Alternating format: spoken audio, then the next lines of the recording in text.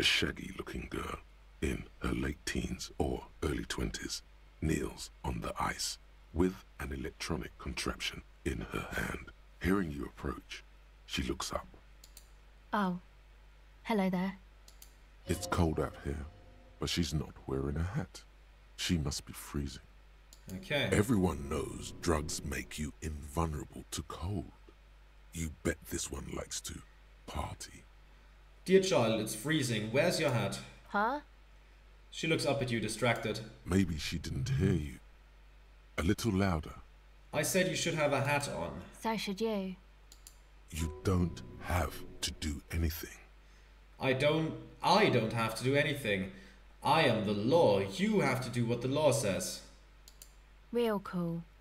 She looks down at the device, mumbling under her breath. Way to abuse that power, man, she says, thinking you can't hear her. She bats away your questions like flies. She's not intimidated by mere police officers.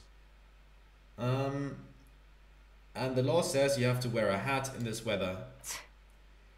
What kind of law says that? The hat law, the law of seasons, you'll get sick if you don't. What are we even talking about? The law of seasons, no, the hat law, law. Yeah, well, look man, fuck the hat. Your pulse rises. Ooh. We have authority 3. This is heroic 15. Not gonna lie, I thought that was an empathy check, but I completely misremembered it, like the hat thing. But yeah, now that I think about it, of course it's authority. I just completely misremembered it. Let's go for it. Lots of feeling. Feel it up. Way up. Oh my god. Fuck the hat? Is that what you just said to me? I can't believe you told me to fuck the hat. You're saying it really loud, but So it's not coming out right. Maybe add more indignation. So I should just take this hat I'm wearing and fuck it, right? Point at your head where the hat is located. Engage in sexual intercourse with the hat right here in front of you because he told me so. On the sea ice. More. Right here on the sea ice. More. Give you a little ice cup hat fuck show. I didn't mean to. I'm sorry. The girl is visibly shaken. The lieutenant is watching the scene unfold before his eyes, unsure how to react. Is that how you see me? The girl looks down, slowly curling into a ball. That's it. You've earned it. Start crying. Life's hard. Start crying. Anyway, I can't believe you used obscenities like that in front of a police officer, and you should... Okay, let's go with that one. The words are stuck in your throat. All that comes out is tears pouring down your face. The young woman has kept her eyes trained on her wires, waiting for the lecture to end. But now she hears sobbing.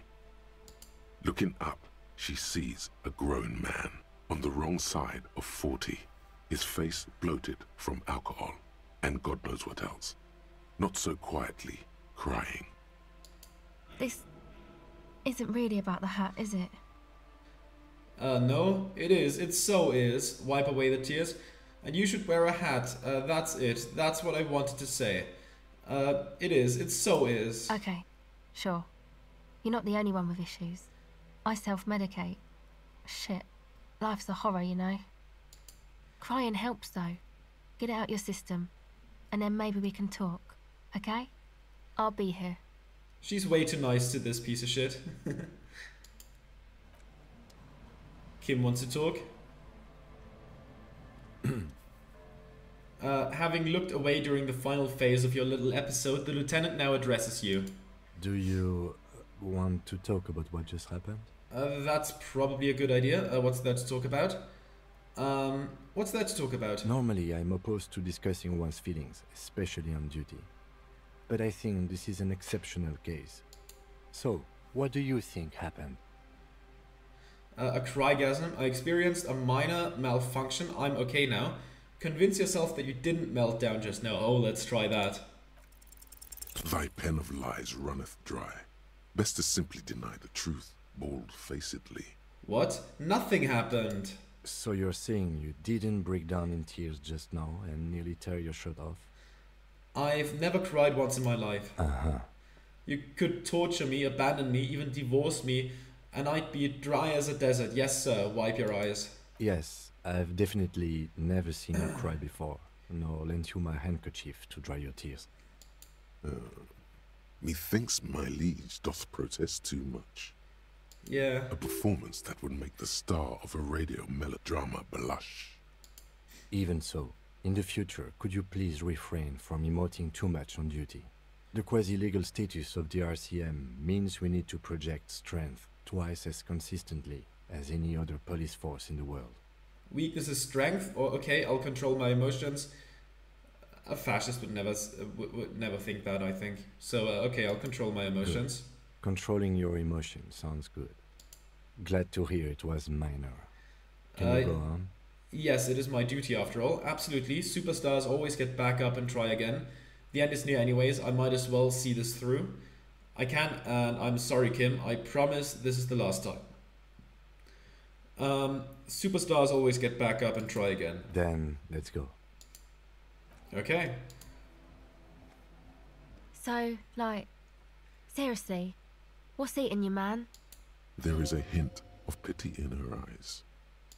Her hair is dyed blonde, with dark roots showing, and she wears thick black eyeliner. Most men wouldn't call her pretty. There is a manliness to her, a coarseness. Yeah, can we talk for a minute? I was wondering when you would come around. What's up? I guess there is something that's been making my life hell. What is it? I think it's the plight of the working class. Everyone's just mooching off the entrepreneurial class, shackling the doers. I think it's all these foreign people taking our jobs. People just keep putting their selfish interests ahead of the greater good. Let's go with 3 because it's just the dumbest thing to say. Oh, really? Yeah, I can tell this was once a proud nation. Now all this internationalist bullshit has brought Revachol to its knees. So the thing that's got you crying in front of strangers is national pride? That's those foreign ideas messing with your head. You don't even realize you're literally on your knees right now. You're literally on your knees right now. Our women literally on their knees. No, that's probably not it, is it? Yeah, pretty sure. Now I had some questions about something else entirely. Let's go with the first one. Man, that's because my equipment's on the ground. I'm pretty sure I've got issues with our young women kneeling in the snow with this cosmopolitan racket going on in the background. Or, I'm just gonna put this out there. Are you sure you're not having chick issues with some chick? Now that you mention it, I found these letters I'd thrown in the trash. They might have something to do with it. I'm positive. Now I had some questions for you before all this started. Let's go into denial about it. Go ahead. What's your name? Estelle. And your surname? Or Estelle who? I'm not a young suitor. This is official police business. Let's go with the second one because it's weird to say. Okay, it's Berger. What's that device you have there? This is a portable recording device. It's for field recording. Low quality, but still. And the wires? Actually, just one wire. I picked on it till the braiding came loose. The wire leads to a contact microphone. What's a contact microphone? A contact mic records sounds from inside things, like this ice. How does that thing work? The mic? I don't exactly know. Somehow it doesn't pick up vibrations from the air. The book said it only picks up structure-borne sound, if you like technobabble. Where did you get the mic from? Same place I got the recorder from, the Palaceum. What's the Palaceum? Or probably a hangout for junior delinquents? Back to the mic, if you will. Now, what's the Palaceum? Oh man, you haven't been to the Palaceum? It's the coolest place in this whole drug-addled shithole. It's a music club and a synthesizer workshop on Boogie Street in Jamrock. Musicians live there, like real musicians. I once saw Arno van Eyck. Thinking about it really cheers her up. It's a long way from here, though. Sounds interesting. Who is this Arno van Eyck? Sounds like a place for congregating homosexuals. Yeah, there might be some. I don't think they look down on the homosexual underground there. The Palaceum's not that kind of place. It's cool. Because I have a problem with homosexuals, major problems.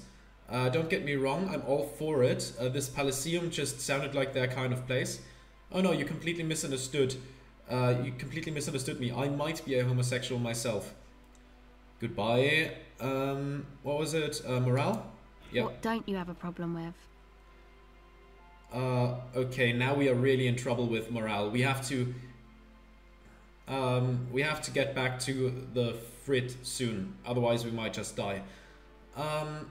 Fuck that, I'm completely problem free. You can't tell me otherwise. Thought so.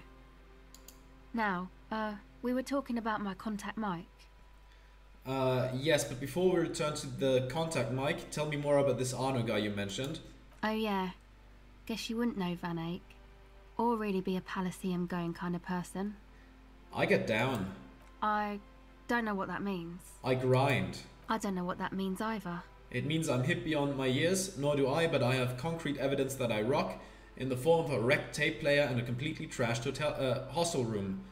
Neither do I actually. I have no idea what I'm talking about. Get down, grind. Let's go with the second one. That's cool. Never mind, let's talk about that contact mic. Sure. Actually, I had some non-mic questions for you. Okay. You know what? I'll come back to you soon. Okay. Bye. I need to get some magnesium because we are in a bad way. Like from a morale standpoint. And, oh, there's some money. I'll take it. And did it deactivate my sprint? There we go. And I just need to heal myself. Without the cuirass on, I would have died there. Or, you know, when you lose too much morale, you quit, I suppose. You don't die. Let's go to the map. Are we close enough? Yes. Martinez waterfront, let's go there. And let's sprint to the frit. And get some nice magnesium or hypnogamma. There we go. That's here. Medicine cabinet. A small cabinet on the wall is filled with various medicine bottles, nasal sprays, and blister packs. They all bear the Saint Baptiste Pharmaceutics logo. Hypnogamma. Okay, here. Hypnogamma. Hypnogamma. Okay. Hypnogamma. Hypnogamma. Hypnogamma. Hypnogamma. Okay, here. I hope Saint Baptiste makes you feel better or something. 21 charges. That sounds good. Let's pump a couple in there. We don't have to go full, but some hypnogamma can't hurt. Do we need some Dramamine? We still have 6 charges. I think that's fine. Well, you know what? Screw it. Okay, here. I hope Saint Baptiste makes you feel better or something. You know, while we're here, let's just make use of it. The tear machine stands in. Your bottles clunk into the machine, and the money appears with a satisfying jingle. You're a richer man now. Hell yeah. Okay, up here in the alcohol cabinet. A colorful display of cigarettes and alcohol bottles line the shop wall, inviting you closer. Wait, I don't... Again, I'm obliged to inform you that both alcohol and cigarettes damage your health. Do we still have cigarettes in our inventory? I don't think we do, right? Let me quickly take a look. Tools. We have... Okay, no, we have some cigarettes, so I don't need any more. We have alcohol as well. We have some speed, but we can't get that here anyways. Yeah, we have 12 charges of speed. We have 6 charges of pyrrolidon. We have 4 from the brew. And we have 4 from the Pilsner, so that seems good. And yeah, the 6 charges of cigarettes. I think we're fine drug-wise at the moment. Okay. I will not teleport back immediately. I'm gonna quickly visit the pawn shop. Because I want to sell and buy some things. Before we do that. You know, simply because we're here right now, so why not make use of that? Anything else around here that I noticed? No, everything has been plundered. That's fine by me. Okay, I think this is new because of our perception now. Wow, a very large red t-shirt with an impressive print stands out from the other garb. Oh yeah? Oh yeah, the print depicts a muscled man striding toward you, a giant sword in each hand, encircled by burning embers. Behind him is a cluster of cabins engulfed in flames. Beneath him are the words, Hyundal burning. Let's sniff it. Smells like worn cotton and a little old sweat there. Worn cotton with a side of flea market or trash bin. Sniffing is okay. But please don't try anything on. Can't have you leaving your photon emissions in the fabric of things you're not going to buy. Okay. You're not imagining it. Photon emissions? What is he talking about? That's a Rat Man from Hjelmdal shirt you've got there. Hell yeah, man. I don't usually carry printed tees, but this one was just pure exemplar. You must be a serious Man from Hjelmdal fan. A fan? No, I wouldn't go that far. But I do think the Hjelmdalaman saga is an integral part of our shared reality. Most people don't think that the man from Hjelmdal really existed, but they're wrong. What did you mean the Man from Hjelmdal was real? I mean, even if the man from Hjelmdal didn't exist before the adventure novels, the stories have made it so that he has. It's simple, really. Okay. Okay. He sounds incredulous. You sound skeptical. It's not that complicated. All that's required is a more robust understanding of cause and effect. So he means essentially that because, you know, because of the books, and because the books are so well known, it has become part of like the, how would you say that, the zeitgeist that essentially he might as well have been real or something like that. I suppose I can see it in some kind of weird way. Honestly, if you're familiar with the game Control, thinking about it the way what was it, urban legends work in that game as something that shapes reality and is shaped by reality, but in turn also shapes reality. If you look at it through a lens like that, it kind of makes sense. Though, you know, I still don't quite sign off on how he puts it. Besides, I've been to Kotla, though not quite as far north as the Hjelmdal, and watched northern lights travel across the sky. Very unique, energetic tides there. Oh yeah. Recently there's been like northern lights reaching very far south, but it was cloudy where I was, so I didn't see any of those. But luckily I've been to like Iceland at some point in the past in winter, and luckily I got to see them there, so missing out this time around wasn't too bad, because at the very least I've already seen them. Very, very unique energies indeed. Geomagnetic ley lines, one might even say. Okay. Stop talking about this nerd stuff. It will make you weedy. Buy the damn shirt already. It's powerful. How much are you selling this t-shirt for? 2 real. I can That's afford dirt that. cheap. Cool, I'll think about You it. should. Let's take it. Welcome to Hjelmdal, officer. Hell yeah. Let's take a look at the Hjelmdal shirt. There it is. +1 physical instrument, inspiring musculature. +1 shivers, sprawling saga. -2 authority, too old for this shirt. The man from Hjelmdal is standing in front of a burning village, dual-wielding his ever-present Zweihanders. His muscles look ready to burst out of the 2-dimensional print and into your 3-dimensional life. It compensates somewhat for the missing physical instrument.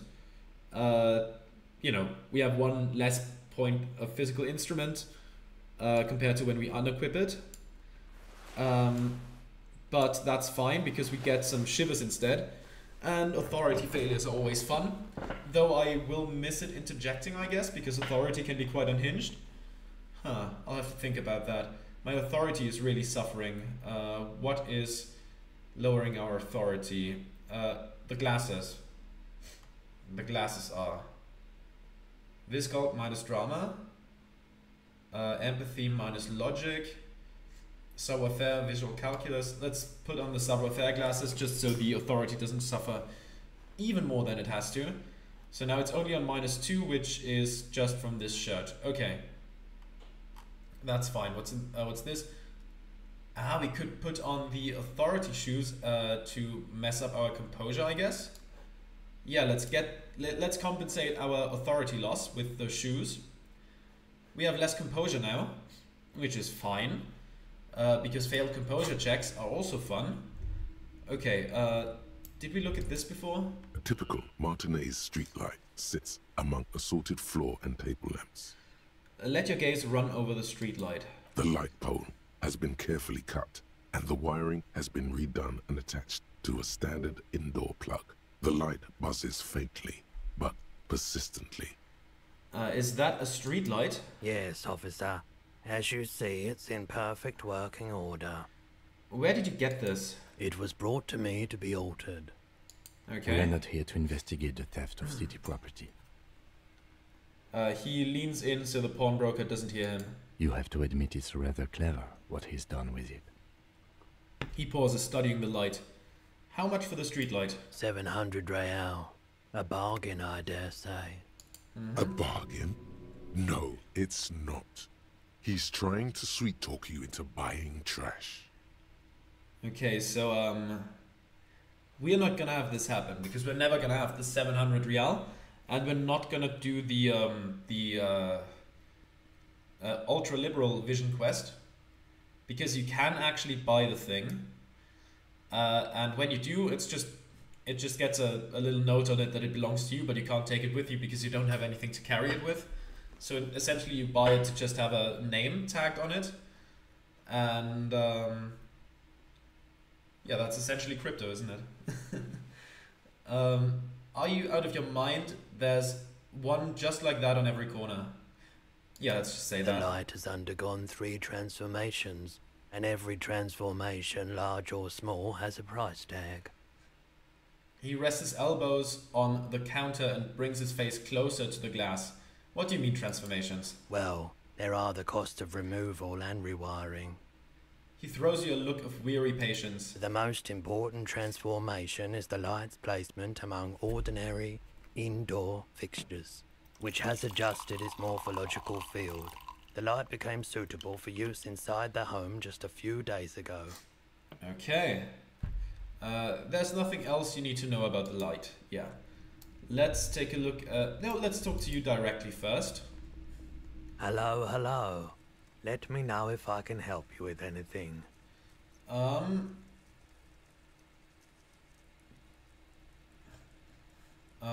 can we sell? Oh, I have something else to sell. Sure. Let me have a look. I have... No, let's check the pockets. Anything else you're thinking of selling? Okay, what do we have here? Production schedule... I want to keep it around for a bit. We can sell the ruffed grouse. There we go. Dock worker shift card. Sure, we can sell that. Add some more money. Postcard Grand Courant. A postcard Le Jardin. Shot put ball. Let's pawn that as well.